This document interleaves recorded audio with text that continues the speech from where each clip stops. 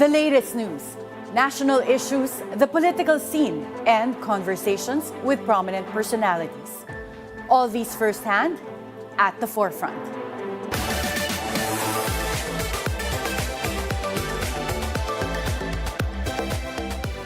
From his early years as a youthful mayor of Tagaytay City to his stint as chairman of MMDA and as an incumbent senator, Senator Tol Tolentino consistently championed policies on national defense, maritime sovereignty, and public welfare.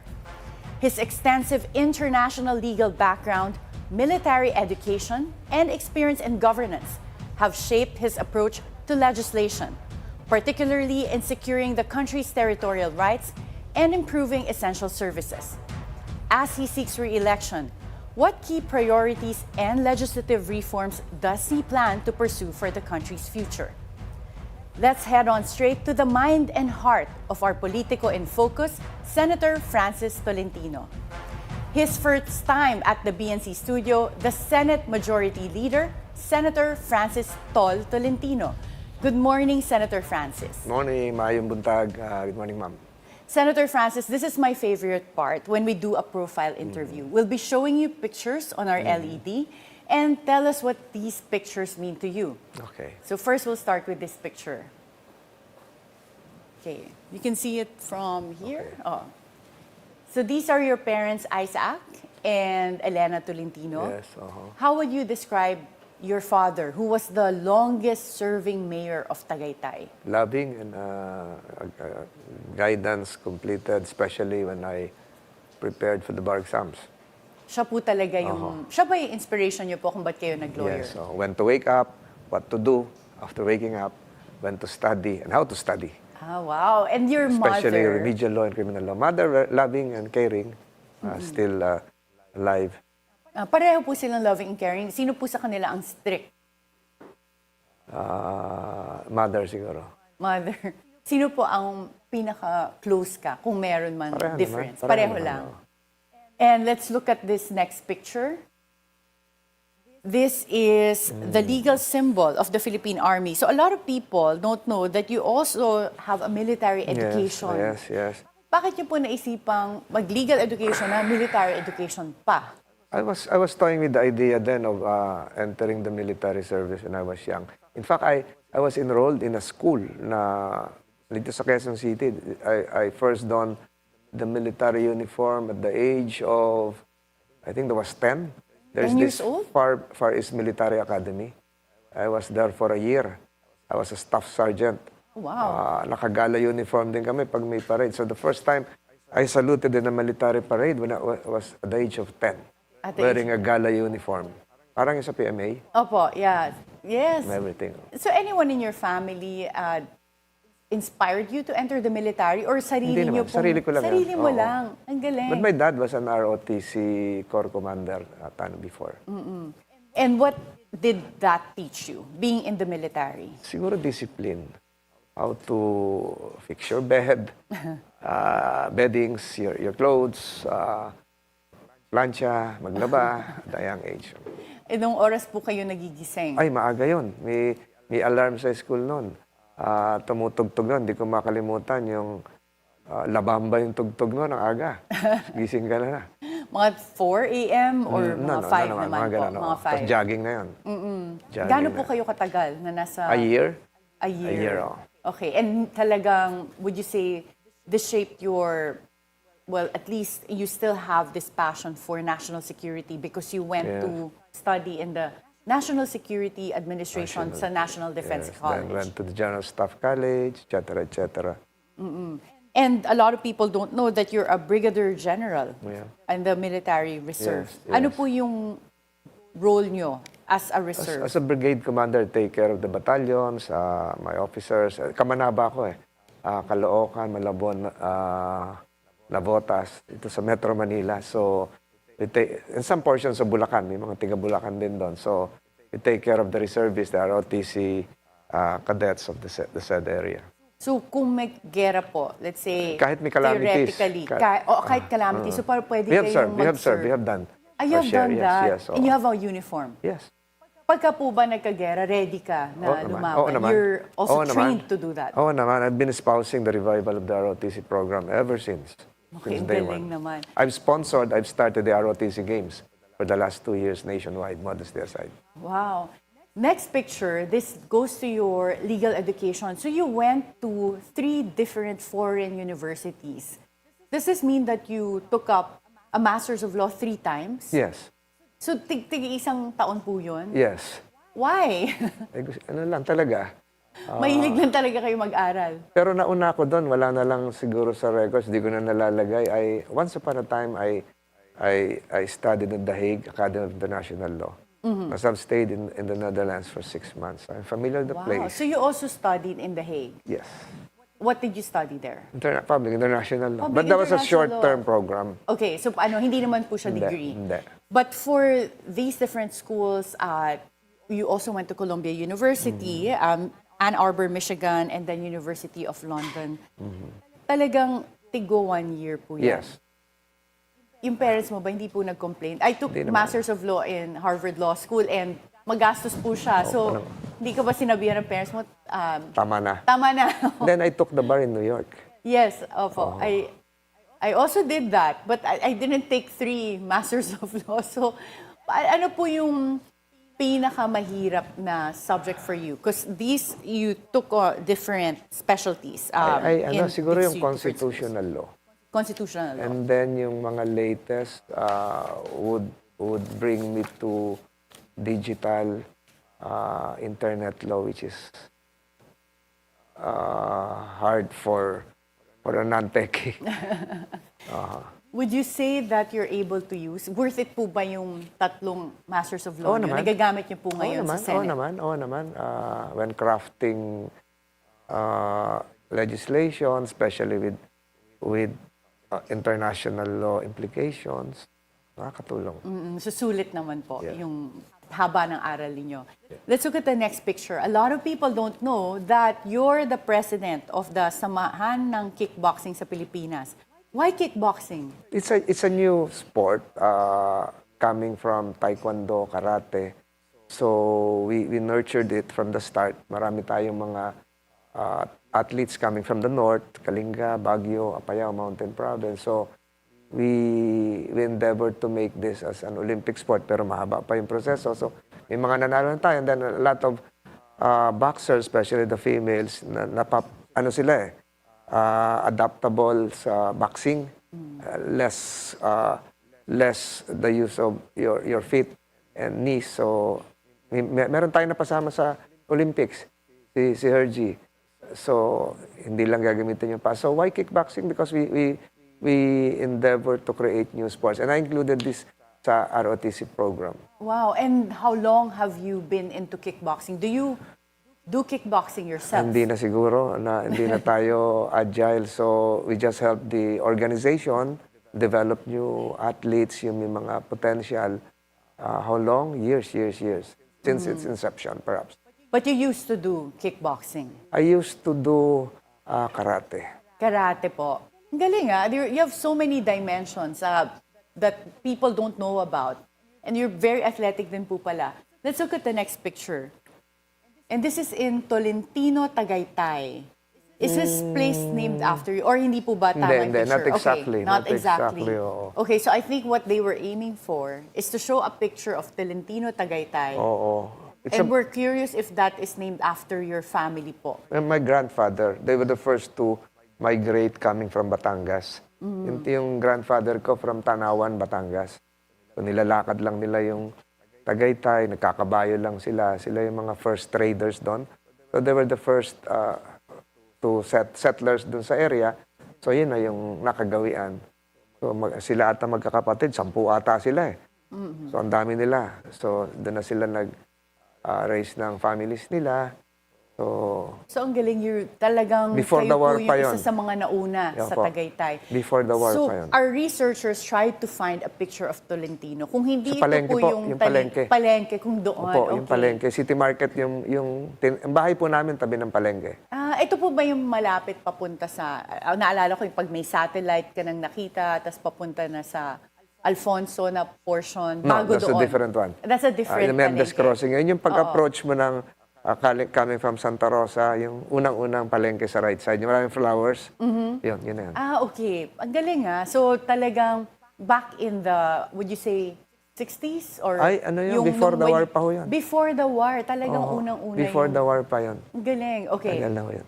And ano po yung para sa inyo ang isa sa mga importanteng naiwan na legacy ng pamilya ninyo for Tagaytay?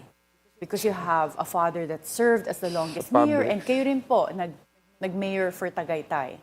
Public service, siguro yung making Tagaytay known for what it is now, as a prime tourist destination despite the small land area, and then having a sense of pride among the residents. Tagaytay ito. Gugulat niya ako itong kampanya ngayon kung saan ako nakakarating. Nakakita ko nakatagaytay t-shirt. Nakarating na sila sa Tagaytay. And having developed a land area, a city which is really at the crossroads, melting pot of, hindi nga nila alam minsan kung Cavite kami o Batangas o Laguna. So akala ng iba, Batangas, akala ng iba, Laguna, Cavite kami. Pero Tagaytay is for all Filipinos.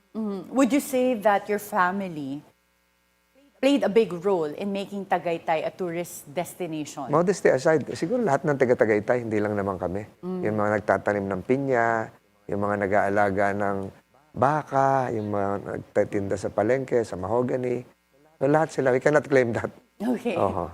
Senator Tol, you have 3 Masters of Law degrees from abroad and also studied in The Hague. Given your international legal background and expertise, what's your take on the recent ICC arrest of former President Rodrigo Duterte?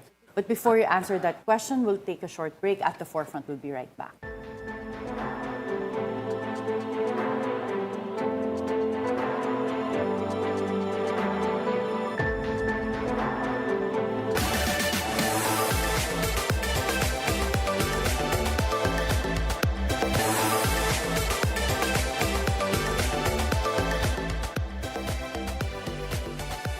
Welcome back at the forefront. Senator Francis, given your international law experience, what's your take on the arrest of the ICC of former President Rodrigo Duterte? Tough question. Siguro I still maintain the position that I made 3 or 4 years ago, that the ICC has no jurisdiction. Number 2, on a personal note, I was saddened by the turn of events, and I was in Cebu then, offered my prayers. Modesty aside, went to the Basilica, prayed for the former president, and prayed for the country as well. And number 3, I was the one who also mentioned earlier that the Philippine Embassy in The Hague, and you can look at the confirmation hearings years ago of Ambassador Malaya. I was then asking questions that, and he should take cudgels in invoking the Vienna Convention on Consular Relations to really assist an individual, a Filipino, even a former president at that. So ginawa naman nila yon, tumulong sila, nagbigay ng mga damit, so we commend him for that. And then as a lawyer, and I'm not part of the legal team, siguro the lawyers can they have probably studied this, take note of Article 60 of the Rome Statute, wherein an interim release pending trial can be sought. So, ganun na yun. So, feelings as a person, as a senator, I've done what I've done, and as a lawyer. So, I divided that into 3, answering by segments your profound question. Okay, very organized po kayo sumagot. Do you think that there would still be any remedy for the former president in terms of going to the Philippine courts? There are petitions pending in the Supreme Court. Do you think that that can provide some sort of remedy if there were any defects in the way the arrest warrant was carried out, or if there were any As you said, lack of jurisdiction. I think that would be up to the chamber itself, whether Article 59 was followed. If not, he has a good lawyer. That British lawyer is I heard is a good lawyer. So, but in terms of jurisdiction, nasa labas na kasi. So the chamber can either nasa kanila na yan, pwede na ibalik o pwede na i-dismiss. So hindi ko masagot yun, but Article 59 can still be invoked. Nasa kanila na yan. I cannot answer for his legal team, but there are avenues that can be sought by his defense team. Tayo naman dito, we ask for calmness and restraint. Ipagdasal natin ang Pilipinas. We have a lot of things to do. Yesterday I was asked the same question, and I invoked the parable of the weeds and the wheat. Ano po ba yung Matthew parable? 13:24, when a farmer was planting wheat, weeds were planted likewise by a separate group, and the Lord just made mention, let them grow together, and thereafter a time will come when the weeds and the wheat will be separated. So you mean, let's all coexist and pray, but coexist with our differing views, or regardless of our different stand? A resolution will be made. Perhaps not by us, not through our wishes, but the parable itself is a parable. I'm not a pastor. I don't claim to be that well biblically educated, theologically inclined. But that's it. We have surmounted several similar national crises. One involving an exile in Boston, in Honolulu. Even Jose Rizal was exiled in Dipolog or Dapitan. So we have surmounted all of this. And I think the Philippines will come out stronger, more united as a nation, and will be one. But right now we pray for the former president, we pray for the current president, and we pray for the Philippines as well. Well, I'll take advantage of the fact that you're a lawyer. Just yesterday, the Office of the Solicitor General and the Solicitor General himself recused from representing the government in terms of the pending case in the Supreme Court. What is the impact of that? The grounds of the Office of the Solicitor General is that the ICC has no jurisdiction in the Philippines, and they remain in their stand in saying that the ICC has no jurisdiction in the Philippines. I think this was not the first time it was done. It was done by a former Solicitor General as well before, or another Solicitor General during the previous administrations. So hindi ito yung unang-una yung kay Maynard. So marami ng beses nangyari ito that the Solicitor General would take a different position. So hindi ko nabasa pa yung pleadings niya, but I would surmise that kasi hindi naman ako naglo-lawyer dito, yung 3-2 decision before, yung 2, baka doon niya kinuha yung that we're no longer a member of the Rome Statute, we have disengaged, and we have functioning courts right now. So the complementarity principle, siguro yun ang ini-invoke niya. But there are other reasons, siguro yung meron yung Burundi president, if you're familiar with that. Kasi when you disengage from the Rome Statute, there's a one-year gestation period for that to be effective.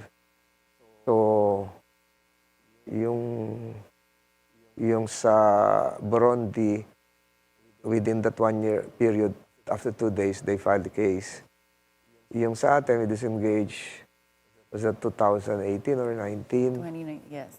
So, yung sa atin naman, na-file after 2 years. So, if you look at that, siguro yun ang sinasabi na two requirements must be present, you disengage, as well as it should be done within, although the crimes committed perhaps were committed prior to the disengagement, if done, it should be done within the 1-year period. Baka ganun yung, hindi ko nabasa. Yun lang yung naisip kong pwede niyang invoke. I have not talked to him. Yes. But it's good to hear your views as a lawyer from a legal standpoint. Yung sa akin, talagang dapat maghilom ang lahat, magtulungan, at dumating tayo sa punto na nagkakaisa uli tayo, separating the emotions. We should exercise sobriety as a nation, move forward as a nation, magkaisa uli. Yun naman ang hangad ng Are you not Pilipinas. worried po that with the impeachment also looming, the impeachment of Vice President Sara, na yung gusto nyo na mangyari na magkaroon ng healing and unity again among the people in the Philippines might become harder to attain once the impeachment trial starts?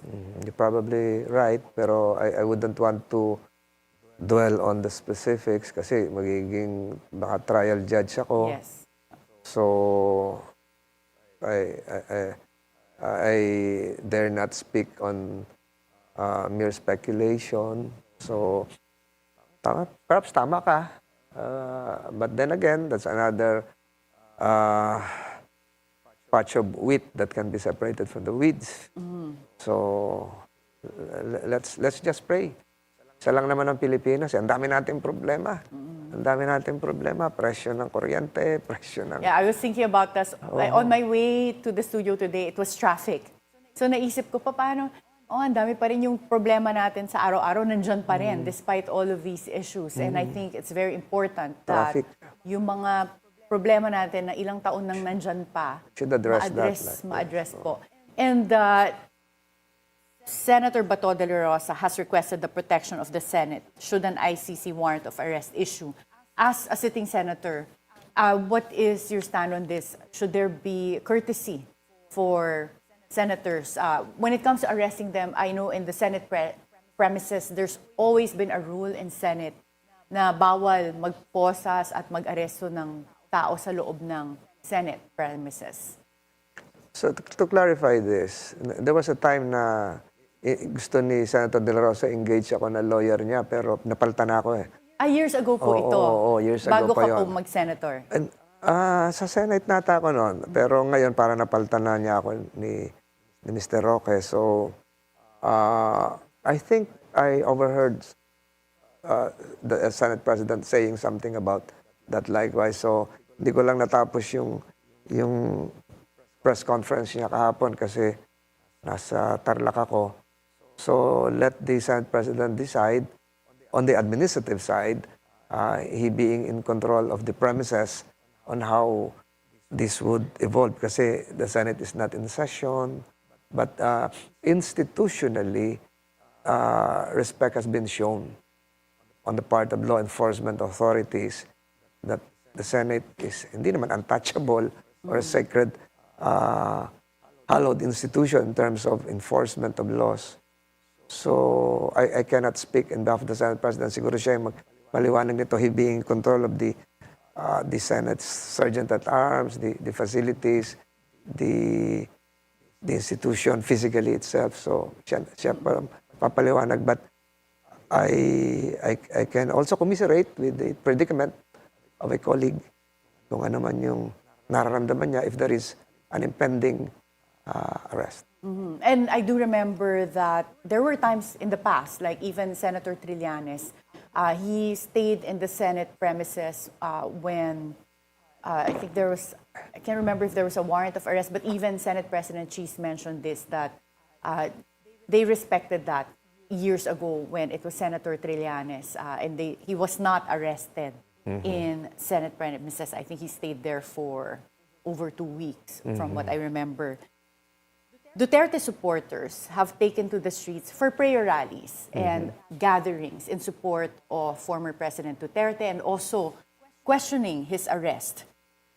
Do you think this will affect the administration slate when it comes to the upcoming elections?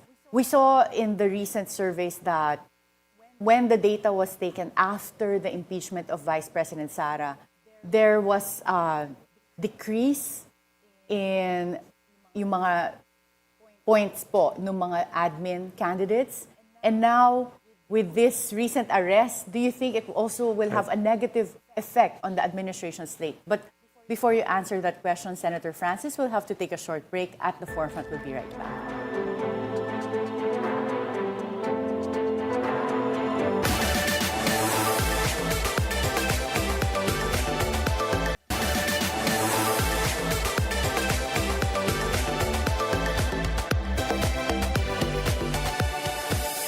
Welcome back at the Forefront. Senator Francis, Duterte supporters have gathered massively all over the Philippines but also abroad to, one, protest the arrest of former President Duterte and also to request his release from the ICC. Do you think that this recent incident, the arrest of former President Duterte, will affect the administration candidates, especially those in the Senate slate? Perhaps there were reports to that effect, but at the end of the day, I think our people would rise above emotional fervor and really decide on what's good for the country. I hope and pray that would materialize. But of course, all the things happening right now are really part of the immediate reaction, emotional reaction following the arrest. This cannot be prevented. Even in other jurisdictions, we have seen footages from not just The Hague, but even in Toronto or other areas. So karapatan ng lahat yan. So it's part of that reaction, which should not be prevented likewise. When it comes to the surveys, the recent surveys don't have you indicated or named in the top 12.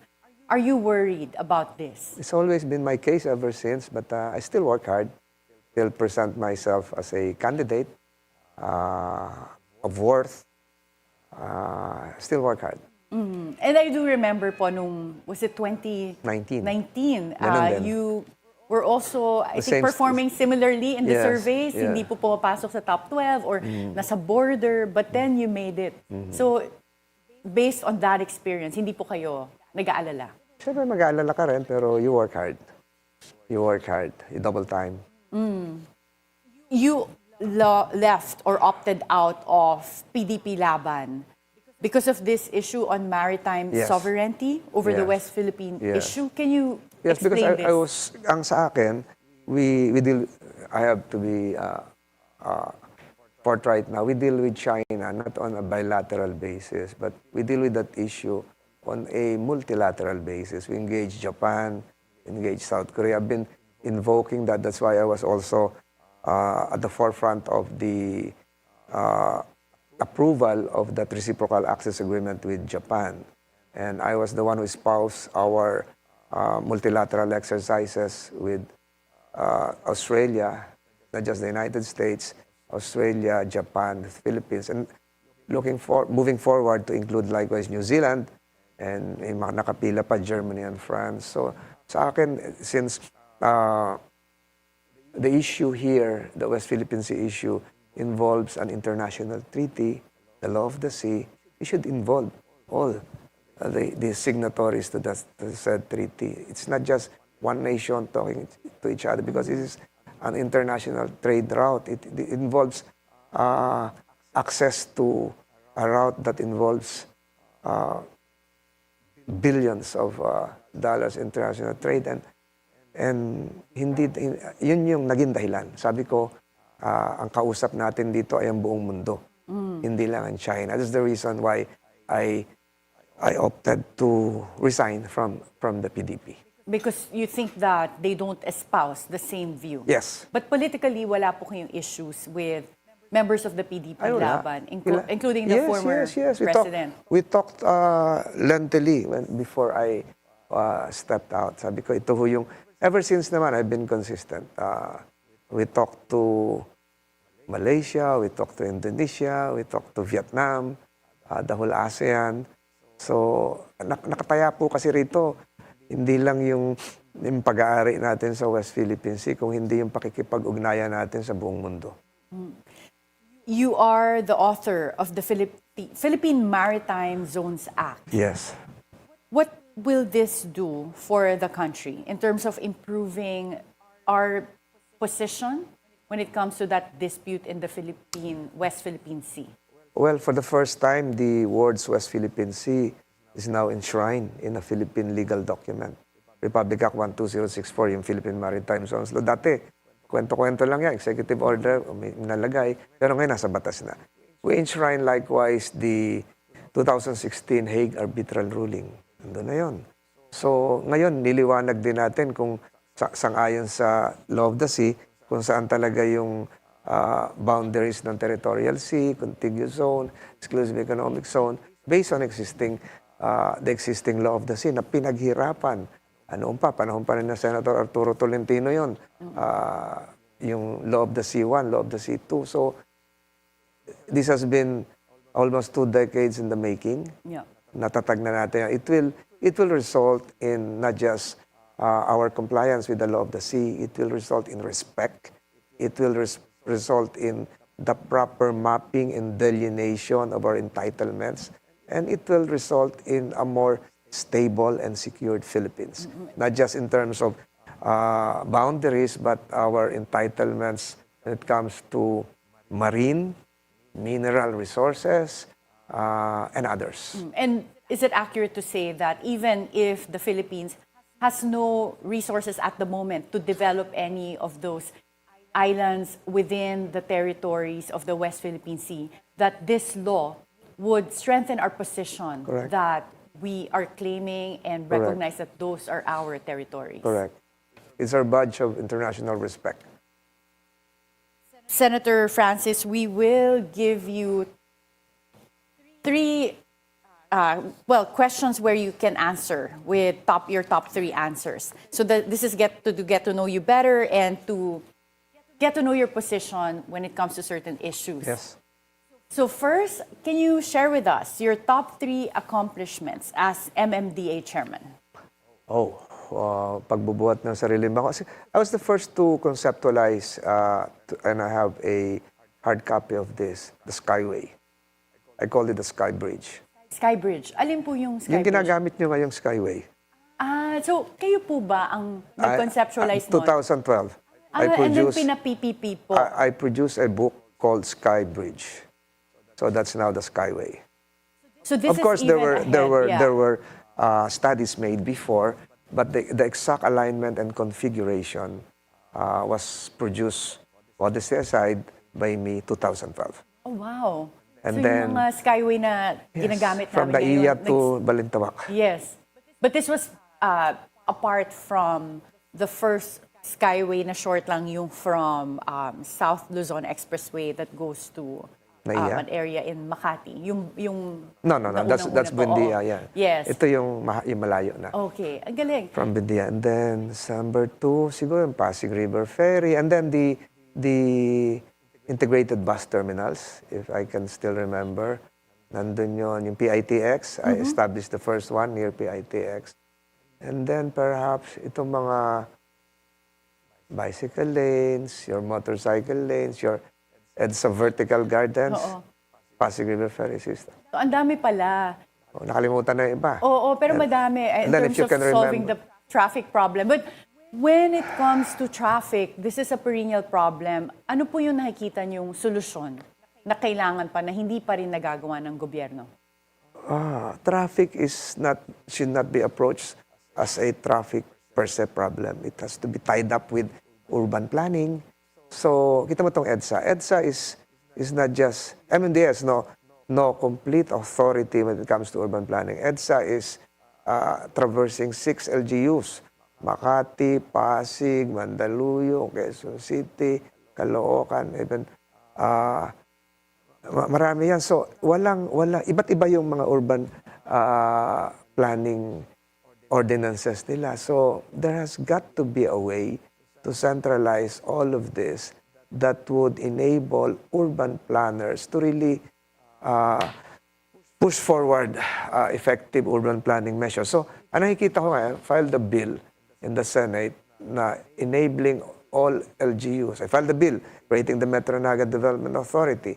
I filed a bill for Cebu. So, magkaroon ng urban planning powers itong mga LGUs that would enable them to really craft a plan that would encapsulate not just traffic, but ano yung pwedeng itayo dito. Hindi ka naman pwedeng may mga bahay doon. Kung ka masusunod, walang condominium sa EDSA. Yeah. Or mall. Yes. Walang mall. Is that correct in terms of Yes. zoning? And would these bills that you have also enable relocation? So for existing structures na dapat wala naman doon that cause traffic? Nahirapan na yung nandun na eh. Oo, Pero oo, when you look at future growth areas, Naga, Cagayan de Oro, parts of Cebu, pwede pang iplano. Never give up pa tayo doon. Pwede pang yung tamang zoning. So should you return to Senate, sana po maayos niyo ang traffic problem natin. Top 3 laws authored and enacted as a senator. Siguro, top of mind ko yung Maritime Zones Law, yung Philippine Archipelagic Sea Lanes Law, the Danang Barco, and some laws on disaster, which has been part of my portfolio ever since. Tayo nagsimula ng earthquake drill eh. You can remember that. Yun siguro. Ano po yung lagay nung mga bills that have been filed to improve or revise our Disaster Risk Reduction and Management Act, Still Republic pending. Act 10121? Still pending. We have a major bill that would call for the creation of a department level bureaucracy that would organize all of this. Kasi yung OCD, ad hoc lang yun. Yung mga ano. So, pending pa rin yun because... Are you in favor po Yes. personally of a Department of Disaster Yes. Resilience? Definitely. Top 3 Philippine presidents that you look up to? Lahat sila magagaling. Lahat po. Lahat na magagaling. I start with, I can even consider Andres Bonifacio as the first president. Yung trivia, yung bahay namin sa Cavite sa Maragondon, doon huling tumulog si Andres Bonifacio bago siya patayin sa Maragondon, Cavite during the revolutionary Bahay po days. ito ng Matagal na. great-grandfather mo. It's now a museum. Ang galing. It's now the Andres Bonifacio Museum.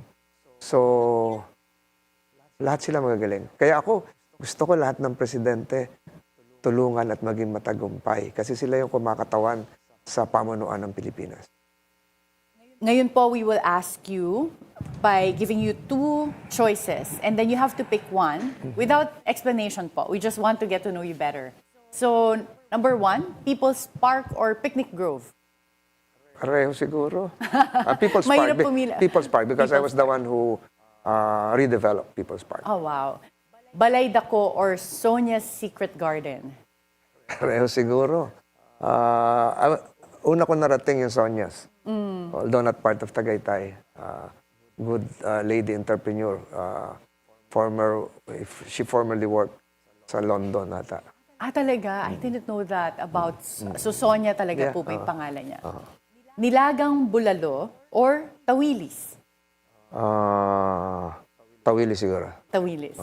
Printed law book or e-book? Printed. Printed. So, old school po. Ako rin. Mas mahilig ako Kailangan sa... guhitan. Oo nga, no? Sanay tayo. Nag-highlight po pag nag-aaral. Constitutional law or corporation law? Consti. Constitutional law. Pistol or rifle? Pistol. Pistol. Nagsushoot din po kayo? Opo. Kasama po yan sa training nyo? Hilig na rin. Hilig na rin. So, outside, do you still shoot po up to now? Ay, hindi, wala nang oras eh. Karate or Muay Thai? Karate siguro. Dapat pala tinanong rin namin, karate or kickboxing? Kickboxing ngayon. Land management or traffic management? Traffic siguro. St. Petersburg, Russia or Johannesburg, South Africa? Parehong malayo siguro. St. Petersburg. But does these 2 places mean anything to you? I don't know why the researchers made those 2 choices. Yung Johannesburg, I was there for I think a climate change conference with Vice President Gore. Yung Oh, wow, Saint nakasama niyo po si Vice Saint President Gore. Petersburg, may nakilala akong pinagmisahan kami ng pare doon, tiga Tagaytay. Kaya hindi ko makalimutan yun. Kaya pala. Senate Blue Ribbon Committee or Senate Committee on Justice and Human Rights?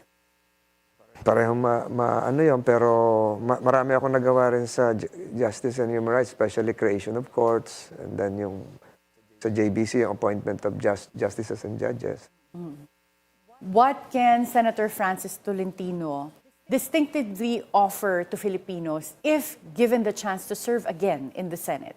Improve the image of the Philippines, especially when crafting laws that would have impact on foreign relations, and perhaps alleviate the plight of our fishermen, fisherfolks, and farmers. Kasi nire-relate ko na sa West Philippines yung ating mga mangingisda. Thank you so much, Maraming Senator salamat. Francis Tolentino. Daghang Thank you for salamat. your time. Alam ko may habulin pa po kayong flight, but sana po next time we can have you longer. Yes, Diyos tiyang po. Maraming salamat po sa pagkakataong ito. Just stay agnina, Manong. At the Forefront, we'll be right back after the short break.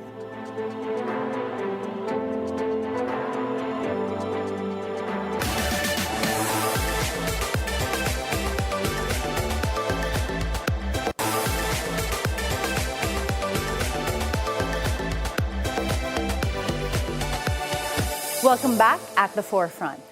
Senator Francis Tolentino exemplifies a blend of legal brilliance, military discipline, and compassionate governance that has defined his long public service career.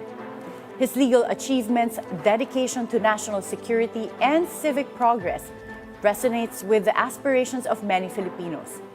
As the elections draws near, the opportunity for him to continue serving the nation rests on the hands of Filipino voters.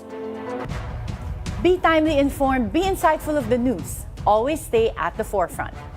Join us again tomorrow for meaningful conversations that would help you form an objective personal opinion. This is Attorney Karen Jimeno. Thank you for spending your hour with us.